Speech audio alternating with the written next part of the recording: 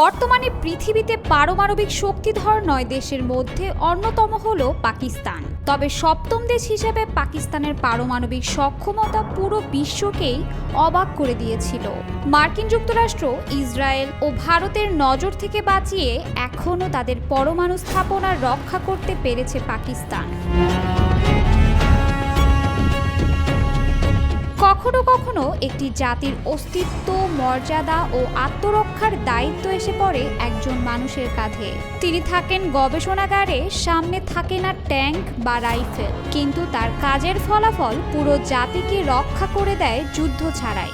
পাকিস্তানের ইতিহাসে এমন এক ব্যক্তি ছিলেন ডক্টর আব্দুল কাদির খান, একজন বিজ্ঞানী, একজন স্বপ্নদ্রষ্টা, যিনি বিশ্বাস করতেন রাষ্ট্রের প্রতিরক্ষা শুধু বন্দুকের নয়, মর্যাদারও। যেখানে বিশ্বজুড়ে পারমাণবিক অস্ত্র ছিল খ্রিস্টান, ইহুদি ও হিন্দু শক্তির দখলে, সেখানে তিনি প্রশ্ন তুলেছিলেন, ইসলামিক বোমা কেন নয়? ১৯৭৪ সালের মে মাসে ষষ্ঠ দেশ হিসেবে প্রতিবেশী ভারত পারমাণবিক বিস্ফোরণ ঘটানোর পর থেকেই পাকিস্তানের ভিতরে জন্ম নেয় ভয়, উদ্বেগ আর এক অসম প্রতিযোগিতার চাপ। তৎকালীন পাকিস্তানের প্রধানমন্ত্রী জুলফিকার আলী ভুট্টো বলেন, আমরা না খেয়ে থাকবো, তবুও বোমা বানাবো। আর সেই কঠিন স্বপ্নকে বাস্তব রূপ দেওয়ার দায়িত্ব কাঁধে তুলে নিয়েছিলেন এক প্রবাসী বিজ্ঞানী ডক্টর কাদির খান। তিনি জানতেন পশ্চিমা গোয়েন্দা সংস্থার হত্যার তালিকায় উঠবে তার নাম, হত্যার ছক আঁকবে মোসাদ, কিন্তু তবুও থেমে যাননি তিনি। তার নেতৃত্বে ১৯৭০-৮০ দশকে ইসলামাবাদে পারমাণবিক বোমা তৈরির জন্য একটি সাহসী অভিযান শুরু হয়।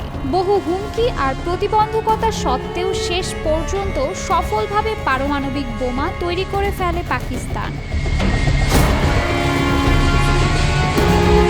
পাকিস্তানের পারমাণবিক সফলতা ভালোভাবে নেয়নি ভারত ও পশ্চিমা দেশগুলো।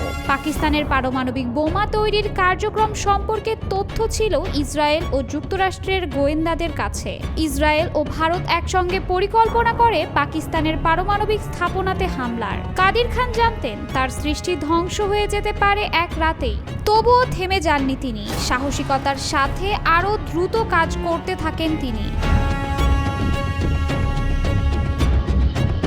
যুক্তরাষ্ট্রের গোয়েন্দা সংস্থা সিআইএ এর সাবেক পরিচালক জর্জ টেনেট আব্দুল কাদির খানকে ওসামা বিন লাদেনের মতো বিপজ্জনক বলে মন্তব্য করেছিলেন এবং প্রাক্তন মোসাদ প্রধান শাবতাই সাবিদ তাকে হত্যা না করার জন্য অনুতপ্ত ছিলেন। পাকিস্তানের পারমাণবিক সফলতা চোখের কাঁটা হয়ে দাঁড়ায় ইসরায়েলের জন্য। অভিযোগ রয়েছে পাকিস্তানকে পারমাণবিক শক্তি অর্জন থেকে বিরত রাখার জন্য গুরুত্বপূর্ণ ব্যক্তিদের হত্যার চেষ্টা করেছিল ইসরায়েল। ১৯৮০ দশকে ইসরায়েল ভারতের সহায়তায় পাকিস্তানের পারমাণবিক স্থাপনায় বোমা হামলার পরিকল্পনাও করেছিল, যে পরিকল্পনা থেকে ভারত সরকার পরে সরে আসে। পরবর্তীতে ১৯৭৯ সালের জুন মাসে 8 ডেজ ম্যাগাজিনে এই অভিযানের কথা উঠে আসে।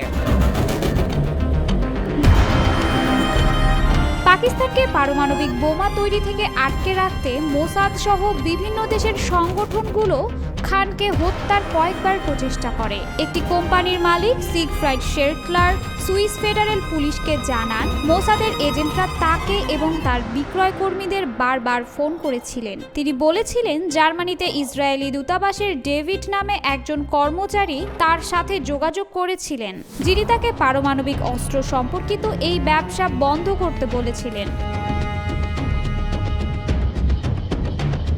পাকিস্তানের পারমাণবিক অস্ত্র কর্মসূচির প্রাক্তন কর্মকর্তা ফিরোজ খানের মতে, ইসরায়েলিরা চায়নি যে কোনো মুসলিম দেশ তাদের বহরে বোমা রাখুক।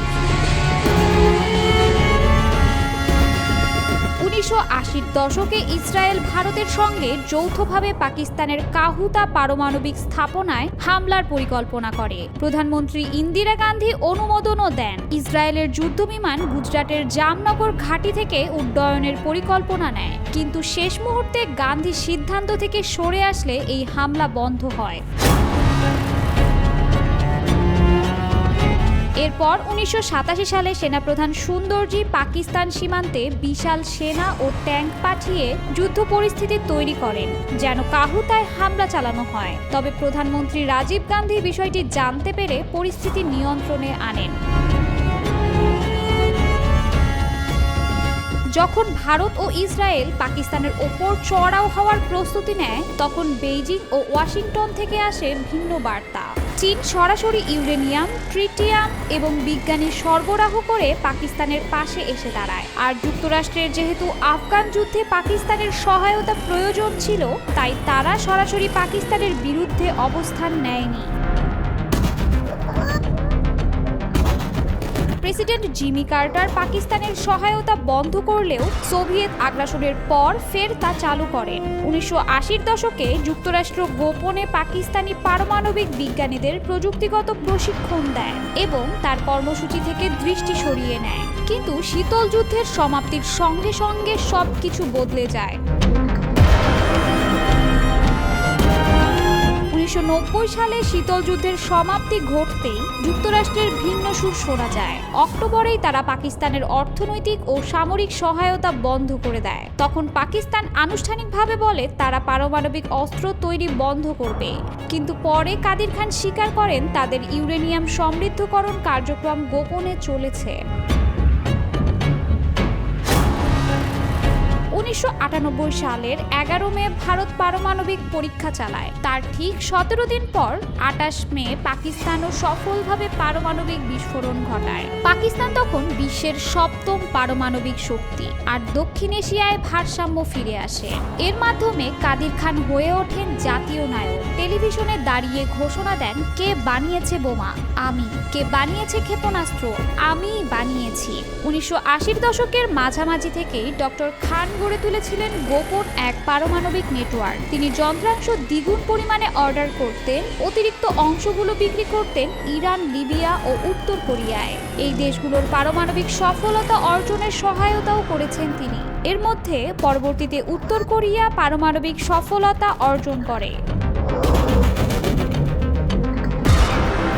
পরবর্তীতে 2004 সালে টেলিভিশনে আবেগঘন এক বক্তব্যে ডক্টর কাদির খান স্বীকার করেন তার নেটওয়ার্কের কথা। তিনি জানান তিনি একাই কাজ করেছেন, দেশের কেউ জড়িত নয়। প্রেসিডেন্ট মোশাররফ তাকে আমার নায়ক আখ্যা দিয়ে ক্ষমা করেন, তবে মার্কিন চাপের মুখে তাকে 2009 সাল পর্যন্ত গৃহবন্দী রাখা হয়। পরবর্তীতে তিনি বলেছিলেন, আমি একবার দেশকে বাঁচিয়েছিলাম বোমা বানিয়ে, আরেকবার বাঁচিয়েছিলাম সব দোষ নিজের কাঁধে নিয়ে।